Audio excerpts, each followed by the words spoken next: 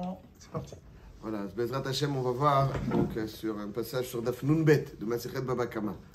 La question qui a été souvent posée est la suivante. Je vous donne deux cas qui sont arrivés.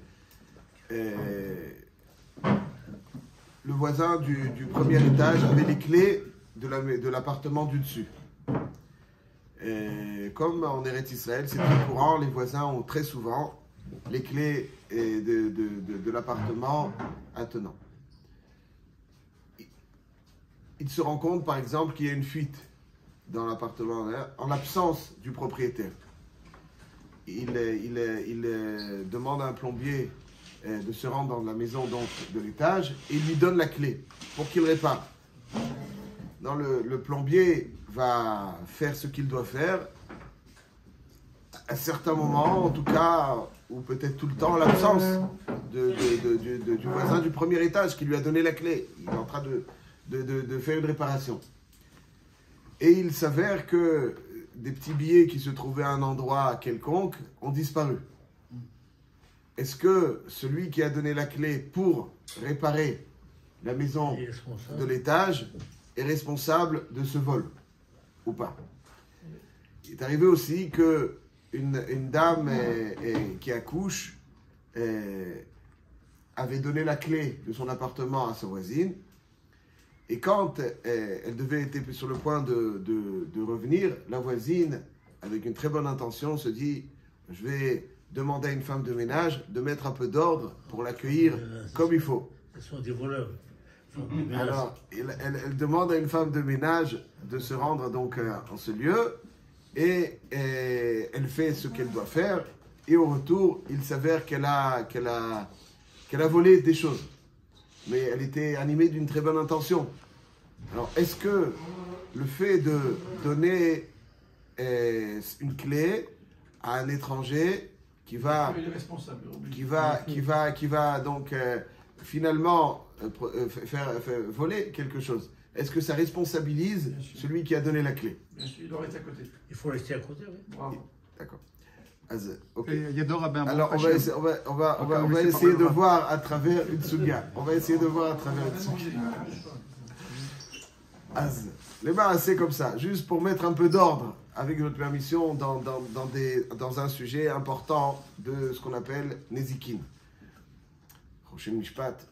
En réalité, il y a deux choses qui rendent un homme responsable de remplacer un objet disparu ou abîmé.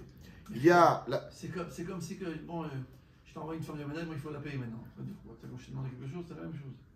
Tu me fais un ézec. Tu me fais sortir de l'argent pour rien. Tu vois ce que je veux dire? Ok.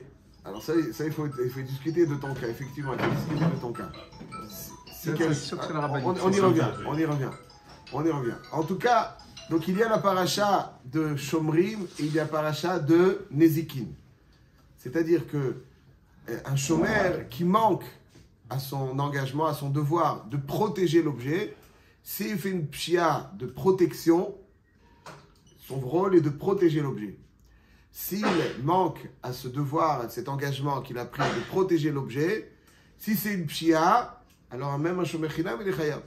Shomer chinam chayav bepshia. Il est patour migneva vaveda, mais il est chayav bepshia. Il faut avoir l'information. Si la personne qui a remis les clés lui a pas dit qu'il y avait des billets, par exemple. Mais on peut imaginer. On peut imaginer en extrapolant. Ou bien qu'il y a des billets, ou bien qu'il y a autre chose. Ça veut dire qu'il est évident qu'un shomer a le devoir de protéger, et c'est son rôle, ce qu'on lui a confié. Et à partir du moment où il manque à ce rôle, il est chayav. Il n'a rien fait. Il a juste mal protégé. Elle lui a demandé. Alors là, d'accord. Mais il n'a rien demandé. Il n'y a pas d'ordre. Il n'y a pas d'ordre. C'est l'initiative d'elle-même. Donc ça c'est le din du shomer. Le din du shomer, quelqu'un qui est shomer, il a un din donc de protéger. S'il ne protège pas, le din est qu'il est chayav. C'est ça son rôle. Ça c'est le chidouche de Shomrim de la Torah. Il y a notre paracha. Il y a la paracha de Nezikin. Dans Nezikin, quelqu'un qui, par son action, expose un objet à un vol. Il n'a pas déplacé l'objet, il a juste exposé un objet à un vol. Est-ce que le fait d'exposer un objet à un vol, lorsque je n'ai pas le statut de shomer, me rend chayav mi-ilchot nezikin. Baba Kama parle de ilchot nezikin. Baba Metzia parle aussi beaucoup d'ilchot shomrim. Dans Baba Kama, dans ilchot nezikin, quelqu'un qui expose un objet, qui ne le protège pas, qui enlève la protection même d'un objet, est-ce qu'il est chayav midin nezikin ou bien il est pas chayav midin nezikin? C'est un hezek. Un hezek, c'est quand activement je détériore un objet. J'abîme un objet. Activement, là, je n'ai pas changé le statut de l'objet. Je l'ai juste rendu plus exposé à un vol. Est-ce que ça s'appelle un nezek? Je récapitule. Vadaïk, c'est un manquement à la shmira. C'est une évidence que c'est un manquement à la shmira. Quand quelqu'un a un statut de chômeur, le fait de rendre l'objet non protégé, c'est un manquement à son rôle. Bien sûr. D'accord. Mais là, maintenant, je ne parle pas d'ilchot shomrim. Je passe à ilchot nezikin. Est-ce que abîmer un objet, ça c'est un nezek? Mais est-ce que faire passer un objet d'un statut où il est protégé à un statut où il n'est pas protégé, est-ce que ça s'appelle un nezek ou pas? Pas évident. Alors il y a dans ilchot nezikin, il y a ce qu'on appelle gramma. Gramma, ça veut dire que j'engendre, je cause indirectement qu'un objet soit abîmé ou détérioré. Donc ça c'est gramma. Gramma benizakin, patour bedine adam, vechayav bedine shamayim. Gramma benizakin, patour bedine adam, vechayav bedine shamayim. Imaginons que, je donne un autre exemple. Quelqu'un qui a mal refermé une porte. Et puis il y a des voleurs qui se sont infiltrés et qui ont volé. Il est chayav bedine mazik. Je suis un mazik ou c'est juste parce que je n'ai pas fermé? Alors les voleurs ont pu s'introduire et donc faire ce qu'ils ont fait. Est-ce que je suis chayav midin mazik? Je suis un mazik? Je ne suis pas chayav midin mazik. Je suis chayav midin, c'est un gramma. Négligence. Ça s'appelle gramma. Ce gramma, c'est par ma négligence, certes, j'ai causé indirectement une perte d'objet. Ça s'appelle gramma. Quel est le din de gramma? Quelqu'un qui est gramma. Quelqu'un qui est mazik, il est chayav bedine adam. Quelqu'un qui est gramma, il n'est pas tour bedine adam, vechayav bedine shamayim. Ça veut dire qu'un beldin ne peut pas condamner quelqu'un à payer lorsque il n'a pas, parce qu'il a causé la perte d'objet indirectement, tant qu'il n'est pas chômeur. Quand je suis chômeur, c'est mon rôle. Je n'ai pas refermé la porte. Alors effectivement, c'est mon rôle. C'est mon rôle de protéger l'objet. Manquer à mon rôle, donc chômeur, c'est même ce qui est considéré dans Nezikin gramma, dans chômeur il est chayav. Dans chômeur il est chayav parce qu'il n'a pas fait son rôle. Pourquoi ne pas dire pareil dans bord? Gramma? Oui, non, mais j'ai créé le mazik. Dans bord, j'ai créé le mazik. Le mazik, je l'ai créé. Donc c'est moi qui suis mazik. C'est que j'ai créé le mazik. Ah ben là, j'ai pas créé le mazik. J'ai permis à quelqu'un d'autre d'être mazik. Ça, c'est autre chose. Ça, c'est Gramma benizakin. Gramma benizakin, patour bedine adam, vechayav bedine shamayim. Le nafkamina, bidé shamayim. Alors, même ça, c'est pas évident, parce que quand j'ai laissé ouverte la porte, moi, j'ai pas endommagé l'objet. J'ai rendu accessible la perte de l'objet à quelqu'un qui va venir. Moi, j'étais mazik l'objet. C'est gramma. C'est un employé de magasin. Il vient de fermer la porte. Il n'a pas fermé la porte. Alors, l'employé, c'est son rôle. Je ne parle pas de quel est son rôle. Je rentre dans un... Si c'est son rôle, il a un digne de chômeur et relève, c'est autre chose. Mais je dis, quelqu'un dont c'est pas le rôle. Quelqu'un, il est rentré quelque part, il n'a pas fermé. Ouais, il a ouvert la porte d'une... Et il n'a pas refermé. Ça, c'est gramma. Ça, c'est gramma. Parce que j'ai permis... C'est-à-dire, ce que j'ai fait n'a causé aucune perte. Ce que j'ai fait directement n'a causé aucune perte. L'objet, il était là quand j'ai... Mais ce que j'ai fait, c'est que j'ai causé indirectement la perte par le biais de quelqu'un d'autre. Ça, c'est gramma. Et gramma benizakin, pato bedine adam, rem di sharim. La même chose fait par un chômeur, chayav, parce que c'est un digne de shmira. Le chômeur, c'est son rôle. Avec la mazik, il faut qu'il soit mazik directement. Qu'est-ce que ça veut dire un afkamina de bidé shamayim? Ça veut dire payer, que ce soit ici ou là, en vérité, on doit payer quelque chose? Oui, alors c'est alors qu'est-ce qu'on doit faire? Vous avez raison. Alors, il faut savoir, c'est une très bonne question. Le basique, il faut savoir que il y a beaucoup de chiyuvim que le beddin, il y a beddin shel mata et beddin shel ma'ala. Ça veut dire que le beddin shel mata, lui, il a certaines règles, il peut infliger et condamner quelqu'un. Maintenant, il y a des choses que beddin et shamayim, ça veut dire que c'est pas suffisamment grave pour que le Bedin Shel Mata, le Bedin des Shamaim, ça veut dire que Et c'est- Akadosh Baruch Hu, il considère à 120 ans qu'il y a une dette. Mais Tu n'as pas mais payé, il c'est comme si tu qu'est-ce n'as pas payé de dette. Qu'est-ce qu'il va Tadjin, gagner? il faut quoi? Il vaut mieux payer ici maintenant? Bevadaï. D'accord, voilà, d'accord. Bevadaï, Voilà. tout à fait.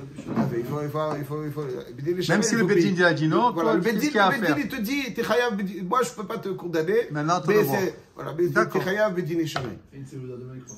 Ça c'est donc Tu dis au la différence qu'il y a entre Shomer et Mazik. Ça c'est une différence yesodite.